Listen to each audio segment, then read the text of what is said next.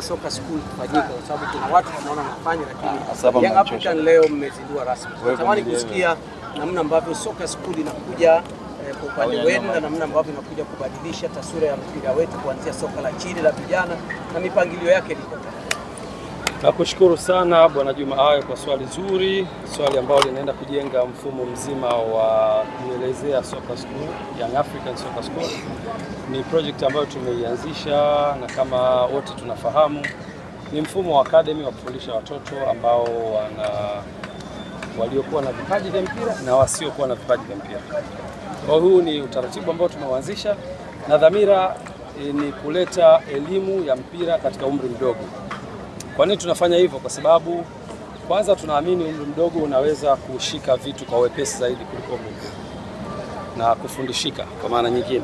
Lakini la pili ni kwamba nafasi ya kucheza kwa maana ya umri wa binadamu wa kucheza mpira unaisha haraka sana, tofauti na professionals nyingine.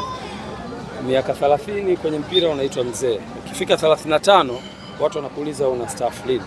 Kwa hiyo kupitia hapo tukaona ni muhimu tukaleta elimu ya mpira katika umri mdogo mapema zaidi ili kutoa fursa kwa wale ambao Mwenyezi Mungu atakuwa amewabariki kipaji na wakaweza kujiendeleza kwa maana ya kujifunza, basi watumikie hii tasnia kwa muda mrefu. Kwa hiyo tumeanzisha under 11 ambayo itachukua na miaka 10, 9, 8, 7. Kutakuwa kuna under 13 ambayo itakuwa na miaka 12, 11. Kutakuwa kuna under 15 ambayo ina miaka 14, 13. Na wote tunafahamu Young Africans ina under 17 tayari ambayo inashiriki kwenye mashindano. Na kuna under 20 ambayo pia inashiriki kwenye mashindano. Kwa hiyo tutakuwa tumecover ili daraja la kutoka mtoto mdogo ambaye ni anakuja kwa ajili ya kujifurahisha mpaka kufika professional, kwa maana akifika miaka 20 tunaamini kabisa career yake itakuwa imeshampa picha na kama anaweza kuendelea na mpira au akaacha. Kwa hiyo tumeleta hii taaluma mapema na taaluma hii inajengwa katika misingi ya curriculum sahihi. Tulimleta technical director kama mnakumbuka Paul Matthew kutoka South Africa, na task ambayo nilimpia ni kuandaa mfumo wa namna hii ambao umeletwa kwangu na kwa Excom. Tumeupitia, tumeutazama na kubadilisha kwenye yale maeneo ambayo tunaona yanaendana na mazingira yetu na kuja sasa na mfumo ambao umekamilika. Kwa hiyo hiki ni kituo cha kwanza ambacho tunakianzisha hapa maeneo ya Upanga, lakini dhamira yetu ni kusambaa katika viunga vya Dar es Salaam, lakini baadaye pia kwenda mpaka mikoani na kuikava Tanzania yetu. Nchi yetu ina watu zaidi ya milioni 61. Tunasema youth ni idadi kubwa ya zaidi ya 50-60, na hawa watoto ni asilimia nyingi zaidi, na hawa watoto wanahitaji kupata elimu hii ili waweze kufanya maamuzi sahihi, aidha kuendelea na mpira au kuendelea na mambo mengine related to football bila kuisahau tasnia ya kwetu yenyewe ya mpira. Kwa hiyo tumeanza kituo hiki, thamani yake nafikiri imetangazwa. Mtoto atakayetumikia center hii atalipa shilingi 400,000 kwa mwezi, lakini kutakuwa kuna initial payment kwa ajili ya kupata vifaa. Kama mmeona hapa watoto wote, kuna watoto wamevaa green, utaiona full, kuna watoto wamevaa jezi za njano kwa ukamilifu wake, kuna watoto wamevaa jezi nyeusi. Kwa hiyo mtoto mmoja atapata seti zote 3, na seti hizo zitamfanyia aendelee kutumikia kufanya mazoezi kwenye timu na kufanya training na kucheza pia mechi za kirafiki. President, naimalizia hapo kwenye swala la bei.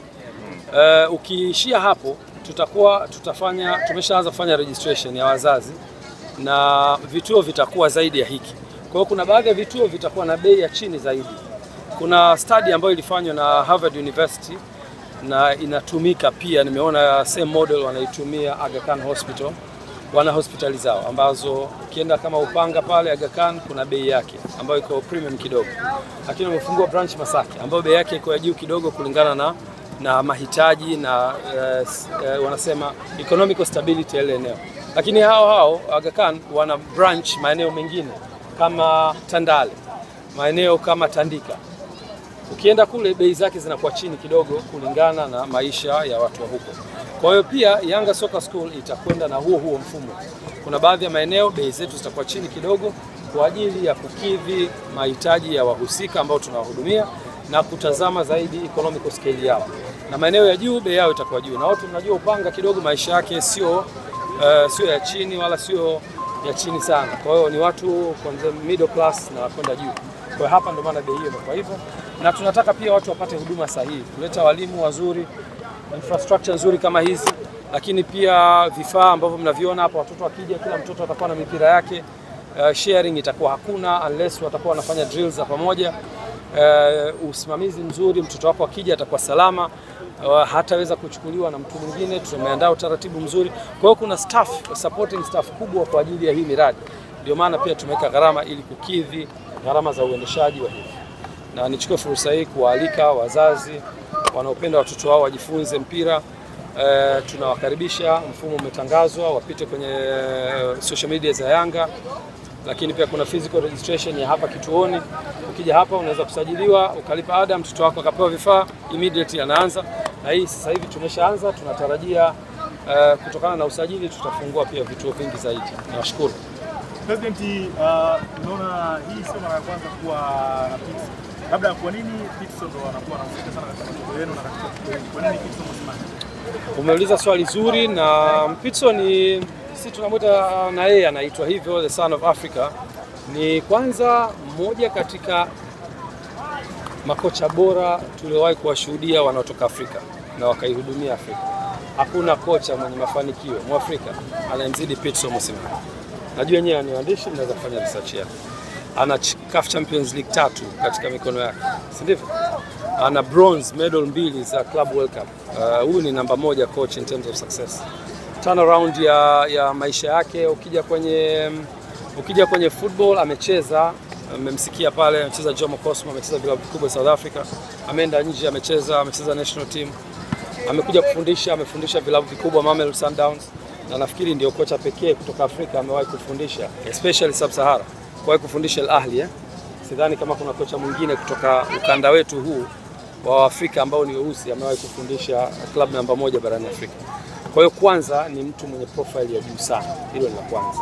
La pili, Pitso ameni-inspire kufungua hichi kitu kupitia Young Africans miaka 3 iliyopita. Baada ya kuona anaelekea mwishoni, sasa anataka kupumzika, akaniambia project yake inayofuata ni soccer school, kwa kisha anapeleka knowledge kwa watoto wadogo kwa ajili ya kujifunza mpira mapema. Miaka 3 iliyopita nilipomwalika, akaanzisha Pitso Soccer School. This is exactly what Young Africans is doing now. Pitso ameweza kudevelop huu mfumo kwa miaka 3, umeshaanza kufanya kazi. Sasa hivi ana mikataba na shule South Africa ambazo anazifundisha, inaitwa Pitso Soccer School. Zaidi ya shule 180 plus or minus South Africa, akiwa anatoa huduma kwa zaidi ya watoto 12,000. Na huwezi kuamini, ukiachilia tu hiyo kwenye kufundisha wachezaji, tumeshaanza kuona wachezaji wanasajiliwa. Kuna mtoto amesajiliwa Mamelodi Sundowns akiwa na miaka 13, anatoka kwenye Pitso Soccer School. Lakini pia hiyo South Africa amedevelop, ana zaidi ya makocha 90 sasa hivi wanaofundisha youth football. Juzi tumeona record in South Africa, mmoja katika makocha wake hao amesajiliwa na klabu inaitwa Sekhukhune.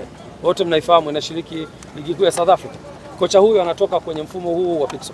Kwa hiyo ukitazama ni mtu ambaye ameshapiga hatua kwenye huu mradi ambao Young Africans inafanya, na ni special person sisi kushirikiana naye kwa muktadha huo.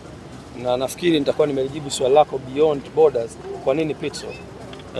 Ni mtu ambaye ametuzidi kwenye kila eneo, na kwenye upande wa experience na planning ya mradi ambao Young Africans inafanya. Na sisi kama Afrika tunahitaji tutoe fursa kwa wenzetu wa Afrika ambao wamefanya vizuri kwenye haya maeneo, tuwape platform pia, tangazike ndani ya nchi ya Tanzania na nje ya mipaka, lakini pia na sisi tujifunze kutoka kwao. Labda la mwisho, President, tunajua asilimia kubwa watoto huwa wanatoka katika manyumbani. Ili kuwa mwanafamilia bora wa Global TV, usisahau kusubscribe, like, kushare na kucomment.